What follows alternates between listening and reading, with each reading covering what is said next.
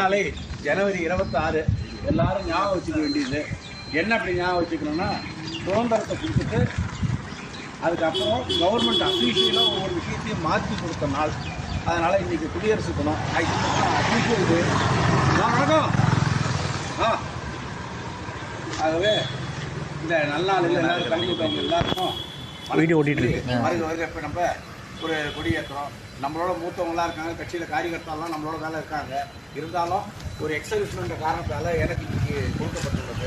அதை நான் எனக்கு சாத்தியமாக கருதுகிறேன். அதை ஏற்றுக்கலாம்.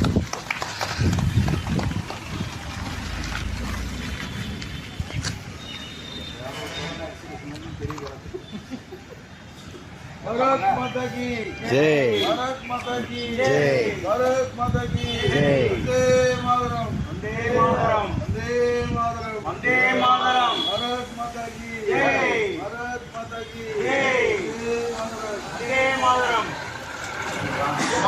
நான் இருக்கேன், பத்திரிகையாளர் பொறுப்பாளராக இருக்கிறேன், 7வது வார்டில். ஆகவே இந்த மாதிரியான உந்துதல் தான் இருந்ததை மோடி அவர்கள் பொதுஜனங்களுடைய கண்ணில் பார்க்குறாங்க. அவருக்கு எப்படி அந்த நம்பிக்கை வருதுன்னா இதுதான் விஷயம். அவருக்கு ஒரு ஆள் 5 பேரை ஒன்றுமே வேண்டாம், ஒவ்வொரு ஆளும் என்னால் 5 பேரை நான் என்னால் இன்ஃப்ளூயன்ஸ் பண்ண முடியும் அப்படின்னு நினைச்சா நம்மளால சக்ஸஸ். அந்த 5 பேரை 50 பேரை மாற்ற முடியும். நன்றி, வணக்கம்.